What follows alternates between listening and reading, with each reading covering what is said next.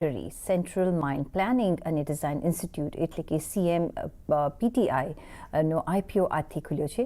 ઇશ્યુથી કંપનીની આશરે 1,835 કરોડ રૂપિયા એકત્ર કરવાની યોજના છે. IPOની પ્રાઇસ સ્પેન્ડ 163 થી 172 રૂપિયાની વચ્ચે જ રાખવામાં આવી છે અને IPO અને બિઝનેસ ગ્રોથ સ્ટ્રેટેજી પર ખાસ ચર્ચા કરવા આપણી સાથે કંપनीना चेयरमैन MD चौधरी शिवराज सिंह जोड़ाई रहा है. सर, बहुत आपका स्वागत है CNBC बाजार में.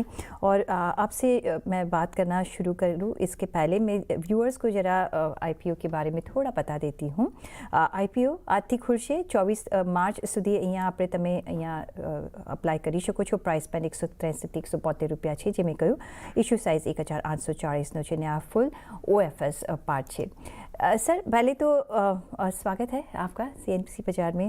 और जैसे कि हम जान रहे हैं कि ये कोल इंडिया की आपकी सब्सिडरी है और एक ऑफ कोर्स एक मिनी रत्न का भी आपको पास दर्जा है. यहाँ एक गवर्नेंस के हिसाब से आप अभी रीलिस्टिंग कोल इंडिया का कंपनीज़ का हो रहा है. कैसे आप देख रहे हो ये IPO के बारे में? अगर पहले आप तो कुछ थोड़ा जो बता सके तो. धन्यवाद प्रीति जी. ये IPO बेसिकली OFS की टर्म्स में है, जिसमें कि कोल इंडिया लिमिटेड अपनी 100% इक्विटी में से 15% डाइवेस्ट कर रहा है. और ये 15% डाइवेस्ट होने में मार्केट में 10 करोड़ 71 लाख शेयर्स आ रहे हैं, जिसकी फेस वैल्यू 2 रुपए की है. प्राइस बैंड 163 रुपए से 172 रुपए रखा गया है. और इस IPO का आज बड़ा शुभ मुहूर्त है. मार्केट देखिए, आप पहले ही आज बहुत अच्छे पॉइंट पे खुल रहा है, तो मुझे बहुत उम्मीद है. एब्सोल्युटली सर, जब भी कल भी मार्केट जब भी डाउन रहा है, कोल इंडिया का काउंटर तो ग्लूमी हो रहा था. तो वो तो एक पॉजिटिव नोट ही है. लेकिन थोड़ा आपके बिज़नेस के बारे में जानना चाहेंगे, क्योंकि आप जो करते हो वो बहुत नीश करते हो इंडस्ट्री के लिए, माइनिंग फील्ड के लिए. अगर वो आप समझा सके तो. देखिए, इसलिए इस कंपनी को हम बोलते हैं mind behind the minds. Yes. ये कंपनी 1975 में कोल इंडिया के साथ साथ बनी और 50 साल से हम लोग exploration and downstream mining planning की and infrastructure planning, environmental clearance, survey services, remote sensing.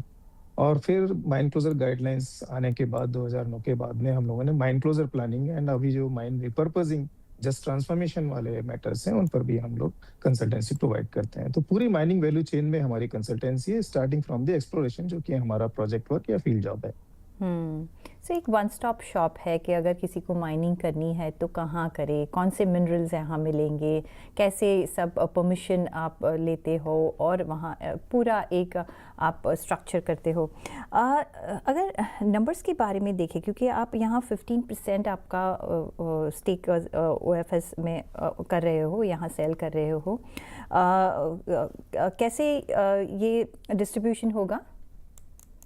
इसमें देखें तो 50% तो QIBs के लिए है, 35% रिटेल एंड 15% एम्प्लॉइज का भी.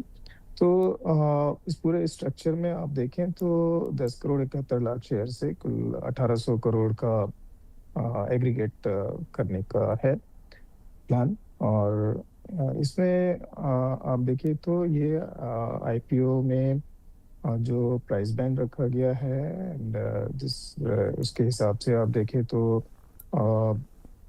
टोटल मार्केट कैप हम देखें तो करीब 12,300 करोड़ का होगा. जी. अगर आपके टॉप अगर क्लाइंटल्स देखें तो आपके टॉप 10 क्लाइंट्स थे, आपको 95% का रेवेन्यू आता है. सो ये क्लाइंट बेस आपका कैसा है और ये कैसे कॉन्ट्रैक्ट बेस होता है, लॉन्ग टर्म कॉन्ट्रैक्ट बेस होता है, कैसे स्ट्रक्चर होता है आपके क्लाइंट्स का? तो अगर हमारे सर्विसेज को देखें तो टोटल मिनरल सेक्टर में कोल का वॉल्यूम सबसे ज्यादा है एंड कोल में अगर देखें तो कोल इंडिया का वॉल्यूम सबसे ज्यादा है. तो दैट वे हमारे पास में जो सबसे ज्यादा वॉल्यूम वर्क है ऑब्वियसली कोल इंडिया का है. और कोल इंडिया की सब्सिडरी होने के नाते, उनका पैट्रोनेज होने के नाते सबसे बड़ा एंकर क्लाइंट, इनफैक्ट वर्ल्ड का biggest coal miner company Coal India है. तो that is our biggest client, इसलिए हमारा most of the volume comes from Coal India. लेकिन इसके साथ साथ ही देखें तो अभी एक्सप्लोरेशन पे गवर्नमेंट ऑफ इंडिया का बहुत फोकस है, कोल सेक्टर में भी एंड मिनरल्स में भी. तो वो हमको गवर्नमेंट फंडिंग से भी जो काम मिलता है, वो एक बड़ा हिस्सा है, जो कि सेंट्रल सेक्टर स्कीम के तहत आता है। इसके साथ-साथ ही हमारे पास public sector companies, state governments and private companies के काम हैं। जैसे-जैसे कोल सेक्टर प्राइवेट कंपनीज़ के लिए ओपन हुआ है, जिसमें कि कैप्टिव ब्लॉक्स हैं और कमर्शियल ब्लॉक्स हैं, वैसे-वैसे हमारा क्लाइंट बेस बढ़ा है, जो कि 3 साल पहले देखें तो 38 था और अभी बढ़ के 76 हो गया है। सो कोल इंडिया वो इन हाउस हो गया, वो मेन आपका पेरेंट कंपनी है। कोल इंडिया के सिवा कौन से क्लाइंट्स है आपके जहाँ से मैक्सिमम रेवेन्यू आता है? तो government of India central sector scheme जो मैंने बताया, उसकी फंडिंग एक्सप्लोरेशन के लिए आती है, नॉन सीआईएल कोल ब्लॉक्स के लिए कोल सेक्टर में, एंड अदर एनएमईटी फंडिंग से मिनरल्स में आती है। हम्म इसके अलावा हमारे पास स्टेट गवर्नमेंट से काम है, जिसमें कि सैंड रिप्लेनिशमेंट स्टडीज हैं, एंड क्योंककि एनवायरनमेंट एंड जियोमेटिक्स ऐसी सर्विसेज हैं जो कि नॉन माइनिंग सर्विसेज भी हम प्रोवाइड करते हैं, जैसे हमने रेलवे के लिए टनलिंग अलाइनमेंट भी किया। हम्म कोल सेक्टर में ही देखें तो हमारे पास में पब्लिक सेक्टर्स में एनटीपीसी है, 5 साल का एमओयू हमारा उसके साथ में। इसके साथ-साथ एनएलसी है, एंड सिंगरेनी है। प्राइवेट में देखें तो जो प्राइवेट कोल ब्लॉक्स बड़ी कंपनीज़ ने लिए हैं, चाहे वो वेदांता हो, चाहे अदानी हो, जेएसपीएल हो, जेएसडब्ल्यू हो, उनसे भी वर्क समय में मिले हैं।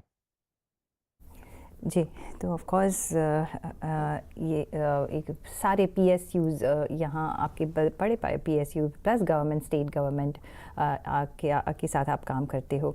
नंबर्स के बारे में थोड़ा अगर समझना है, कुछ गाइडेंस देना चाहेंगे, क्योंकि आपका रेवेन्यू मॉडल्स भी यहाँ अच्छा है, प्रॉफिट भी अच्छा है। कैसे आप आगे कैसे देख रहे हो ट्रेजेक्ट्री? तो अभी अगर पिछले 3 साल में देखें तो हमारा मोमेंटम बहुत फ़ास्ट रहा है, 23% सीएजीआर रेवेन्यू ग्रोथ में, और इनफैक्ट बॉटम लाइन तो और अच्छा ग्रोथ है। हम डेफ़िनेटली जो हमारा पैट मार्जिन 30% का और एबिटा मार्जिन 40% का है, उसको मेंटेन करने की कोशिश करेंगे ही। साथ ही साथ अगर हम देखें कि रेवेन्यू कैसे आगे बढ़ने वाला है, तो आप देखिए एक्सप्लोरेशन में ही गवर्नमेंट का जो फ़ोकस है, एनएमईटी फंडिंग उसमें 1.5 टाइम्स बढ़ा दिया गया है। 2% ऑफ टोटल रॉयल्टी का बढ़ा करके 3% किया गया है इस वर्ष। साथ ही साथ कोल इंडिया का भी फोकस है 1 billion ton coal production by 2030 तक करने के लिए। उसके लिए एक्सप्लोरेशन और mine planning, design and infrastructure planning services, साथ ही साथ जो डाउनस्ट्रीम सर्विसेज एनवायरनमेंट और सर्वे की होती हैं, वो सारी बढ़ रही हैं। इससे इतर अगर हम देखें तो कोल सेक्टर के बाहर क्रिटिकल मिनरल्स और रेयर अर्थ एलिमेंट्स में एक बड़ी अपॉर्चुनिटी है, रेयर अर्थ्स का एक्सप्लोरेशन, क्योंकि अभी बहुत एरिया, बड़े एरिया का होना बाकी है, बहुत रिसेंटली शुरुआत हुई है। तो वहाँ पे एक बड़ी अपॉर्चुनिटी हमारे साथ है, और इसीलिए हमने एक रेयर अर्थ का ब्लॉक का एक्सप्लोरेशन के लिए अपने कैपेक्स से लिया है। कोल इंडिया ने भी रेयर अर्थ ब्लॉक लिया है, उन्होंने क्रिटिकल मिनरल में ग्रेफाइट के 2 ब्लॉक्स लिए हैं, और आउटसाइड इंडिया भी कोल इंडिया क्रिटिकल मिनरल ब्लॉक्स ले रहा है, जिसके साथ-साथ हम भी उसमें काम करेंगे। और रेयर अर्थ की अभी हम देख रहे हैं बड़ी सी रिक्वायरमेंट है, वो भी हम देख रहे हैं, क्योंकि उसमें हम बहुत आगे बढ़ सकते हैं अगर यहाँ इंडिया में हम कर सकते हैं। तो बहुत शुक्रिया आपका हमारे साथ जुड़ने के लिए शिवराज जी, एंड अपॉर्चुनिटी लेने चाहूँगी कि all the very best for your IPO also. और फरीद